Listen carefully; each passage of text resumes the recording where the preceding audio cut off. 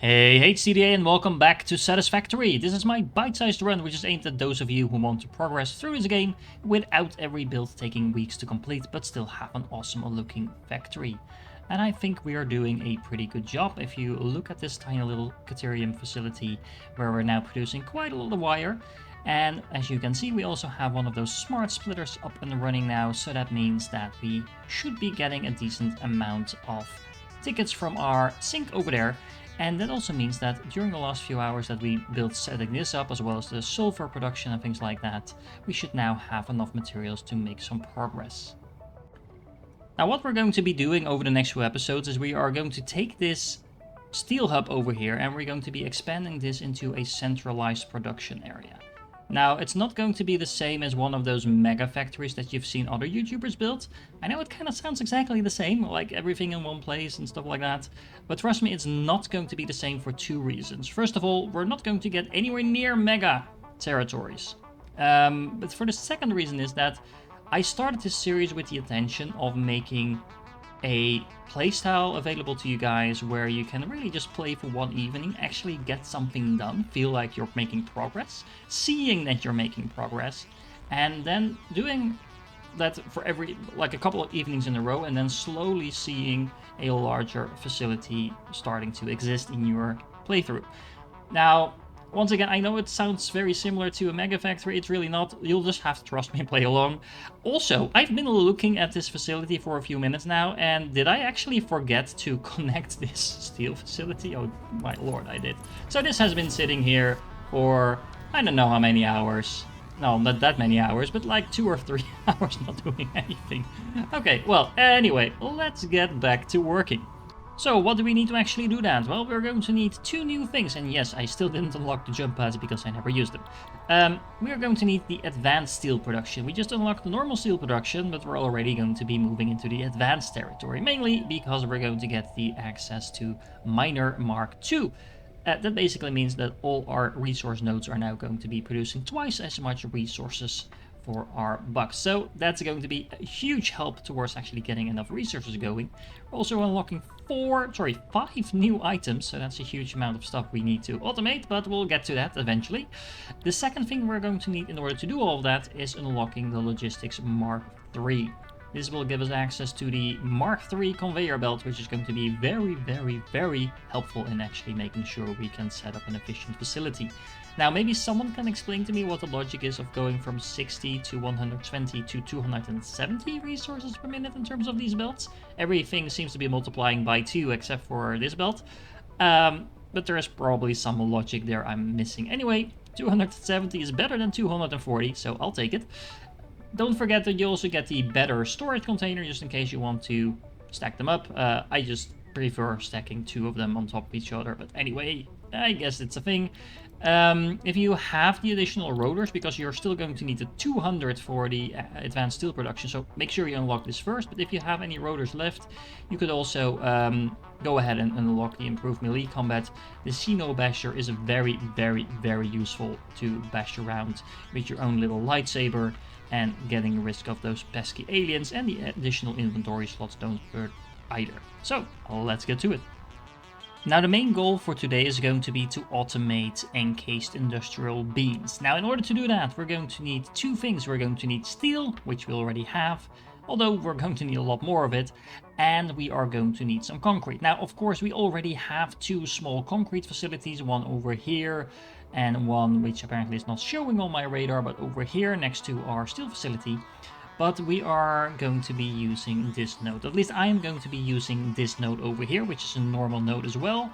It's very close to where we have already been building, so I kind of like just expanding, and every time we are building a new facility, taking possession of another piece of the map, so to speak.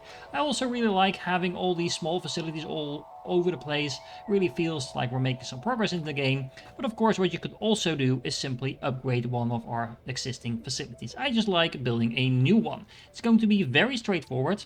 We are going to be using a Mark II miner over here, which means we can get the double production compared to what we've been doing previously. We are also going to be setting up a truck station, and that's gonna look something similar to this. And of course, this is a very simple mining facility with a Mark II miner, 3 constructors, the third of which is only making concrete at 66% just to make sure we don't waste any power. And we have a truck station to make sure we can get our stuff efficiently to where it needs to go without having to build massive buses and waste time on that. Now, speaking of wasting time, I also recommend that you bring a truck anywhere you are going to be building stuff from now on, just so you have a little bit of extra inventory space where you can bring concrete, steel, pipes, basically anything that you might need. Just keep a couple of stacks of everything in that truck, just so you never run out of inventory space and should never run out of items in the middle of a build. Now, of course, these little equipment shop and workshop and stuff like that will be removed as soon as I'm done over here. I also like just keeping these mining stations open-ended. Kind of looks fun. I mean, we have one over there, we have one over here. We have the mining station over there. We have our coal facility over there. It kind of looks really fun and industrial. And if you make these into basically boxes, because that's pretty much the only option in terms of decoration we currently have, you get a hillside full of boxes, little boxes, all the same. If you know the reference, let me know in the comments. But yeah, that tends to look really boring if you start really boxing everything up initially. So I recommend just keeping it open, but of course, you do you. If you like the looks of anything else, then by all means go ahead and do that. And I'll be leaving them very simple and open like this for now. And of course, we are going to decorate our hub a little bit more to make that look a little bit more advanced. But these small facilities will keep like this. Speaking of which, let's move on to the next one. Oh, and small side note, don't you just love those Mark II power poles that we unlocked last episode? I do. And then the next stop around the corner is this little mining facility that we built in one of the previous episodes, where we have 2 Mark I miners initially that were making iron, and now these are Mark II miners making iron. And these are, of course, easily replaced. It's like literally one click and you have upgraded your Mark I miner to a Mark II miner, assuming you have the resources. And of course, you also need to make sure these outgoing belts are upgraded, but you can do that simply by selecting the type of belt that you want and just hovering over a section and replacing it all at once. So from Mark II to Mark III or vice versa, you can easily do that with one click. These needs to be Mark II belts because these miners will now be producing at 120 ore per minute. And then of course after the merger they will need to go on a Mark III belt just to make sure you can handle the 240 per minute. That goes into a truck station and voila! Now we doubled our entire iron production, or at least the output of that, without having to go through an entire facility and fiddling around with that. So very efficient, very quick and easy to upgrade. Let's stop by our coal facility next. Now we're actually going to have to upgrade both of our coal facilities, so that means the one that we have near our coal facility as well as the other one on the island. Just make sure that when you're upgrading a base like this or a little mining station like this, you actually upgrade every single piece of belt that you have. If you only forget a tiny little piece, for example, a tiny little piece in the back in between a splitter and a facility like a truck station, that means your entire system will then be running at the slowest speed. So make sure you don't forget anything, because that will make a mess of your further system. Now the reason why we're upgrading both of our coal facilities is that we're going to need a lot of coal for all the steel production that we're going to need to build everything that we are going to produce in our hub.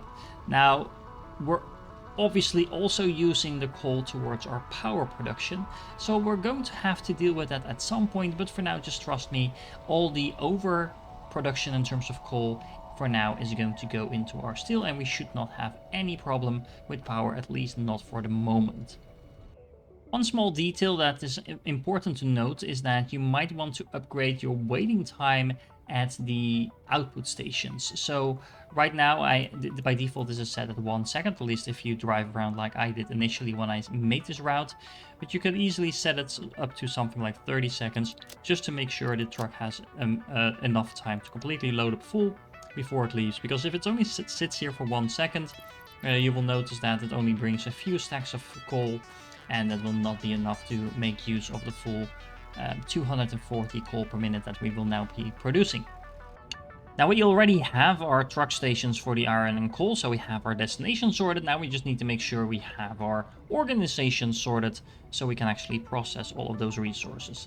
Now, if you remember, we already set this up in such a way that it's very flexible, so all we need to do is kind of extend this line of smelters so we have more iron ingots being smelted, and then we can also simply duplicate the setup that we already have over here with a splitter going into a merger, going into a splitter, going into a merger, and well, basically just repeat that a few more times so we don't have to think about that too much, which always speeds up the building process. What we do have to adjust is that we're going to have to kind of fill around with which of these constructors are making pipes and which of those are going to be making beams, because right now we don't actually need the pipes, but we do need the beams in order to make the encased industrial beams. We're also going to have to set up another truck station so we have somewhere for all that concrete to go, which we are probably just going to set up nice and tight over here next to the other one we already have. So I'm just gonna work on that and then show you the end result of that. Alright, and this is starting to look like an actual factory. Now don't worry, it's not as complicated as it might seem at first glance. It does really pay off from this point forward to make sure you're neat and organized, think about what you place where, and once again, make sure that you take enough space. Just adding a little bit of space here and there in your builds make them look so much more clean and organized and professional, rather than just trying to kind of clump everything together and optimized space. Taking a little bit of space also makes it a lot easier to actually move around your factory, so that's a big bonus there. But generally speaking, it just looks a lot better if you're just making use of all the space. Now, I did not actually use any verticality so far. We're definitely going to have to use that, so hold that thought. Not in this episode though, but for now we can get away with just building everything flat. And I do think it actually looks really organized. So let's go through it step by step. Okay, so first things first, we now have a lot more iron and coal incoming, which means we're actually going to need to utilize 2 different belts. We have a total of 360 iron and coal coming in, so that means that's more than one Mark III belt can actually handle. So what we're doing over here is we are actually having a coal belt going out, which is a Mark III belt. Then we're having a lift go up like before. I actually still have to upgrade the lift, so let's do that. And then that lift is once again split off into a secondary belt. Similarly, over here with the iron, we simply have 2 outgoing belts. One is the original belt that we already had. I'm not entirely sure why this isn't perfectly aligned, so let me fix that in a moment. There we go. This looks a lot better. And, well, there is going to be 2 belts of iron coming in as well. Now, of course, we have to fit in that secondary belt at some point. So initially, the 3 foundries that we already had are still here. They're just producing as they were before. But the secondary belts are going in over here. Now, I actually split up the old section and new section, so I left a little bit of room in between those. So we have 5 foundries over here and 3 on this side. And then a little bridge so I can easily walk underneath that and get around my factory. And adding in on the top of there the 2 belts that are coming in from the side. So at this point we should have used a little less than half, but we're actually not using 2 full belts. It's about 1.5 Mark III belt. So after we've used about 1/3 of the ore, then we can add in the additional ore on the Mark III belt, and then we can simply stick with 2 belts from that point on. And this, of course, this construction is exactly like the previous build, with 1 belt of coal going in and 1 belt of iron coming in as well. Okay, so you probably remember the original facility with the whole merger splitter thing that I just mentioned before as well. Now we simply copied that on this side and continued on. Now there is of course once again a bridge with the remaining iron ingots, just to make sure that we are using the space optimally and we don't have to jump over belts and stuff like that when we're moving around our facility. Now on this side, actually over on the left, we are only producing pipes now. And on the other side, we're only producing the steel beams. Okay, so after fixing another slight annoyance in the offset of the belts that was slightly off-center, we can now talk about where the iron beams or steel beams are actually going. So first of all, the last constructor in this row is actually underclocked because we don't have enough resources to completely fill up this last constructor, and then everything is going to go onto this belt into a smart splitter in the end. And this smart splitter is set to overflow in the middle and has the steel beams output on the right, which basically means that it will try to put as much steel beams on this little belt going into the assembler over there, and anything else will be going on this center belt. So you can see, even though this is currently standing still, everything else is simply going into a storage unit in the back. I'll get to the storage unit in a moment, but for now it's important to realize that this is where we're producing our encased industrial beams. It's only set to 50%. You actually need a pretty decent amount of steel beams in order to make the industrial beams. But we're also going to need this steel for a lot of other things. And steel is a little bit annoying in this stage of the game to make because we need the coal and we need the iron. Iron is not a problem, but the coal, well, as you know, we already maxed out our 2 pure coal nodes at the moment. We'll be able to upgrade that a lot further in the long run. But for now, we have to be a little bit conscious about where we spent our coal and where we spent our steel beams on. So we're only going to set this at 50%. Of course, currently this is not actually doing anything because we still have to fix the actual tractor route. But for now, this will be working as intended as soon as we do that. Now, speaking of that belt, this belt is going to go all the way, and again with a little bridge, just kind of to fit the theme of the other bridges. And this is coming from the truck station that we have yet to optimize. Now, this is a simple outgoing belt. Nothing special here, just raised from the ground so we can easily walk under it so it doesn't get in the way. And simply raised all the way because, like I said, you can easily get around. But it is also going to go through a normal splitter because we only need about half the concrete production to actually be used in the industrial beams. So the other half is just another little surplus in a storage container which will fill up with concrete as we play. Which brings me to this contraption over here, which you can actually see in action right now, just because I kind of messed with the system for a moment to show you how it works.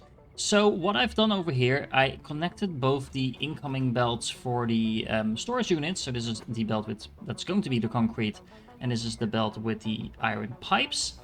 And each of these is, in front of each of the storage units is a smart splitter. So the smart splitter is set to anything going through in the middle. So basically anything that's on the belt should go into the storage unit. But if for whatever reason is not possible, the secondary output on the right is set to overflow.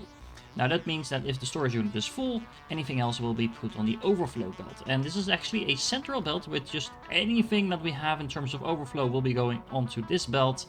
And as you can see right now, because I actually removed the connection to the storage unit, everything in this one is considered to be overflow, and that means that everything is going to go on this top belt. This top belt is going to go into here, into a merger, and then it's supposed to go into this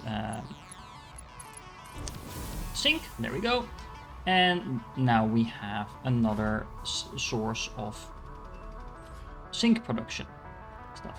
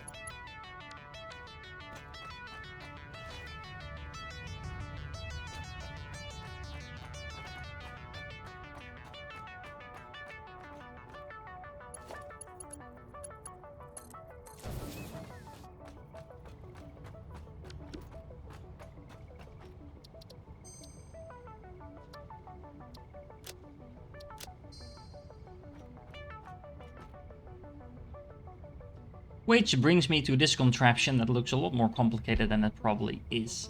So the idea is simple. We have storage units where all the end products or the spare products that we're making are going to go into, and these are all situated near the ends of our hub at the moment, so there's some organization going, and it's easy to track what we already have and how much we have of that.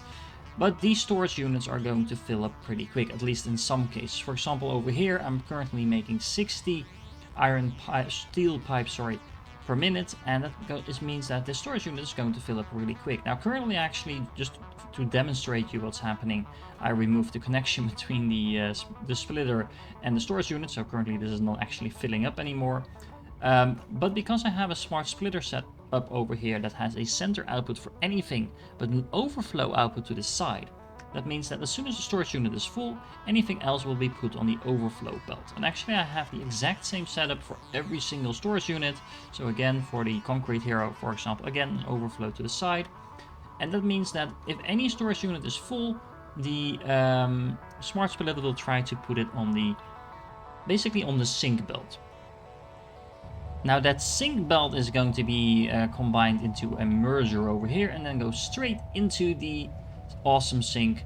And of course we have the exact same setup on the left as well. So I have 2 storage units there for steel beams as well as the industrial beams. And if whatever storage unit over there gets full, we have an overflow belt, and that should transport all those units that we are still producing into the sink.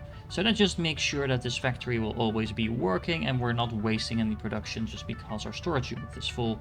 And if our storage unit is full, the awesome news is that we're going to get awesome sink coupons. As you can see, our Caterium farm in the back has been doing quite a bit of work, but now we're also getting some additional tickets because we're putting in a lot of these steel pipes. Now, of course, these steel pipes are actually supposed to go into the storage unit, but like I said, this storage unit is going to fill up really fast. We don't need a massive storage of these things anyway, so any remaining units will then be transported into the awesome sink. And there we go. Isn't this beautiful? We have concrete incoming now. We have the pipe production working like intended. And in the back, you can actually see all the green lights because we now also have the industrial beam connection up and running. So that means that all we needed to do was put in some truck routes, and that's all working like intended. And this all together should take you about 3 hour-ish. It's a little bit hard to estimate because it really depends on how much time you spend fiddling around with truck routes, fiddling around with belts and stuff like that. But basically, you should be able to do all of this in about one evening, depending, of course, on how long your evenings are. But it shouldn't take you days, at least. Let's put it like that. There's a few things to note about the trucks, though, because as you can see, it's getting quite a bit busy over here.